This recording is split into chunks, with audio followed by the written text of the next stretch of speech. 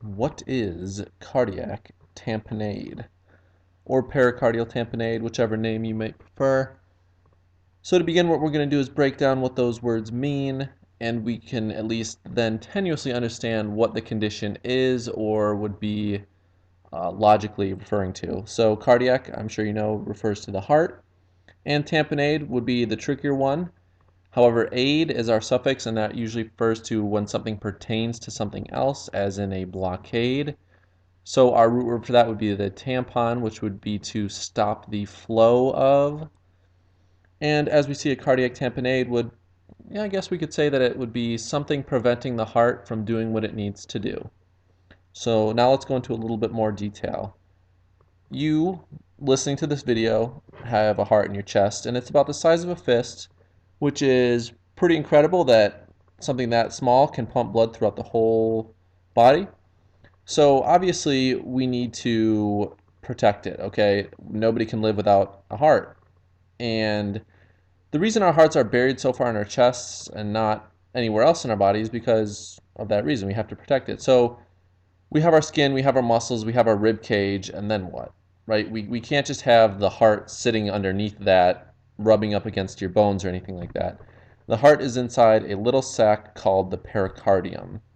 Now let's break down what that means. The pericardium, peri meaning around, as in perimeter, and cardium meaning the heart, so around the heart. The sac around the heart. So we have this little sac around our heart, and what does it do? Well, that helps to lubricate the heart as it beats, okay? And when your heart beats, on average, over 100,000 times in a day, it can get presumably a little rough, right? Doing anything 100,000 times in a day would put a lot of stress on anyone and anything. I'm sure you can imagine this, doing anything that much and how you'd feel afterwards. So your heart is inside that little sac, and that helps to lubricate the motion of the heart against all of the other organs that are compacted into your chest cavity. And what's inside that pericardium that helps lubricate it is the pericardial fluid. Now, what happens when that pericardium has too much pericardial fluid in it? So we know that the pericardium surrounds the heart and is filled with pericardial fluid. Now, what happens if there's too much of that fluid in there? Well, the pericardium has finite volume, okay? It won't be able to expand to infinity because it's limited by the size of your chest. It is increasing in volume, and it's trying to stretch back to its original volume. There's an increase in pressure, and that pressure gets put on the heart as well. Now, the heart has to expand to fill with blood and then contract to push that blood throughout your circulatory system.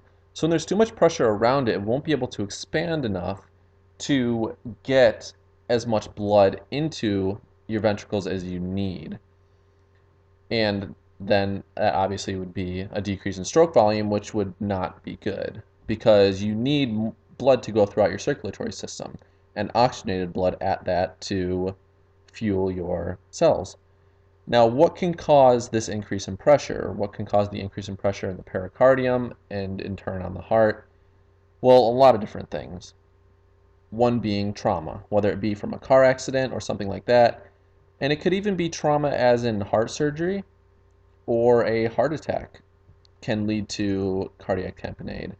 Other things might be infections can cause that as well. Essentially, a bunch of things related to your chest cavity. Now, compared to a car accident or a heart attack, a cardiac tamponade might not seem so bad, right? Well, it's not the worst thing in the world, but it's definitely going to hinder your recovery, okay? And it's an emergency condition. You have to get that taken care of because, again, your pericardium won't be able to expand infinitely. All right, and now it's great that you survived a heart attack, but you have to worry about all of these other things that can now go wrong, and this being one of the very dangerous ones. Now, if you have it, or if you think about it, what's going on and how would you know? And like most videos related to medicine, you may be a little bit paranoid after watching this. Common symptoms would include lightheadedness, obviously due to the poor circulation that you're getting, the lower blood pressure. Even though you're increasing your heart rate, you have lower blood pressure. You might have a hard time breathing, chest pain, and overall general discomfort.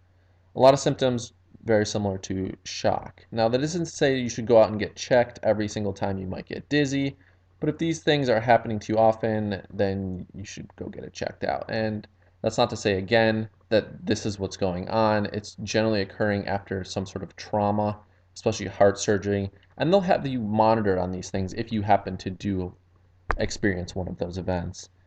So, how would they fix it? And a lot of times these are preventative things that are done.